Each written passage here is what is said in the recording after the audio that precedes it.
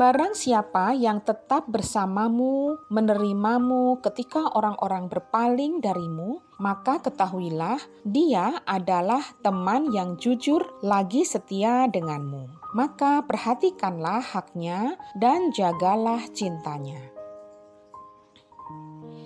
Jikalau kita letih karena kebaikan, maka sesungguhnya keletihan itu akan hilang dan kebaikan akan kekal. Namun, jikalau kita bersenang-senang dengan dosa, maka sesungguhnya kesenangan itu akan kembali dan dosa itu akan kekal. Wajib bagimu menebar ilmu dengan penuh semangat.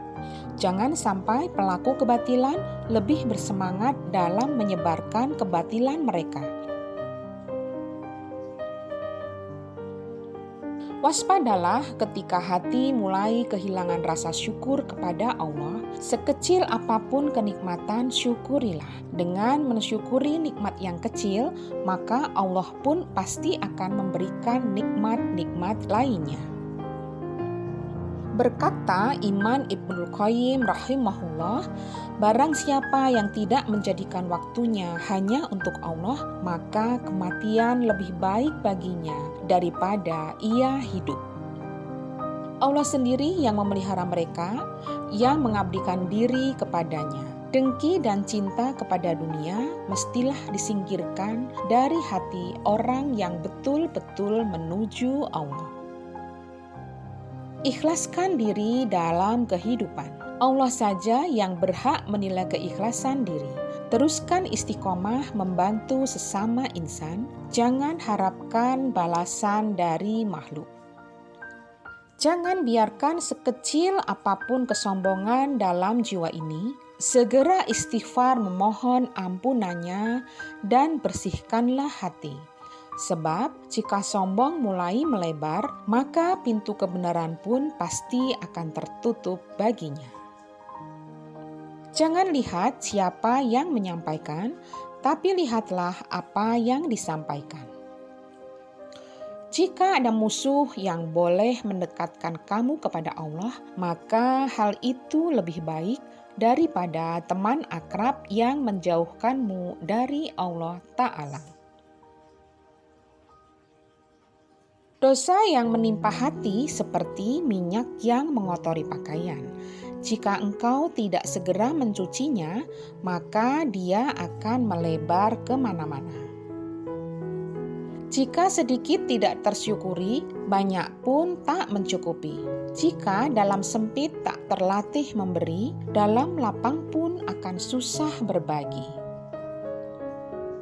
Rezeki terindah bukanlah harta, tetapi rezeki terindah adalah tenangnya hati, akal yang sehat, badan yang sehat, hati yang bersih, pikiran yang indah, doa ibu, kasih sayang ayah, tali persaudaraan, senyuman anak, perhatian sahabat, dan doa yang dikabulkan.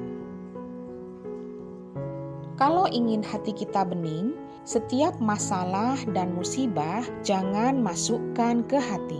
Selesaikan, tapi jangan bawa ke hati. Hati ini bukan tempatnya masalah. Hati ini tempatnya takwa. Yang bikin kita down itu dimasukkan ke hati. Apapun masalah dan musibahnya, jangan masukkan ke hati.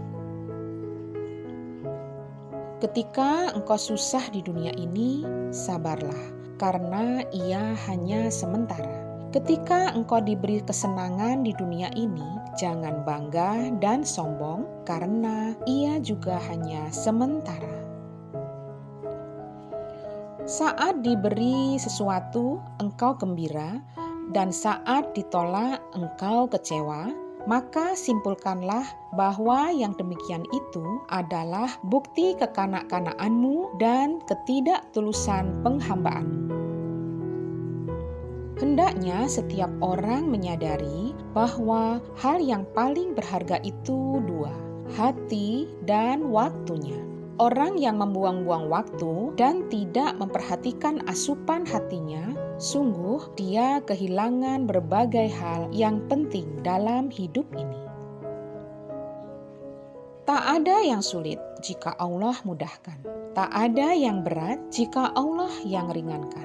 Tak ada yang mampu melawan jika Allah yang berkehendak. Berdoalah, Allah mendengarmu. Bersabarlah karena Allah akan menjawab doamu pada waktu yang tepat.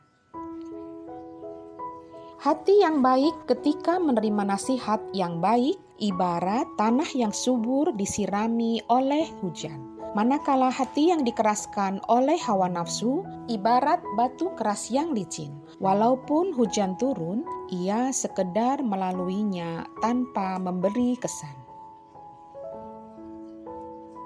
Bersabarlah, tidak peduli seberapa sulitnya, tidak peduli seberapa gelap kelihatannya jalan di depan.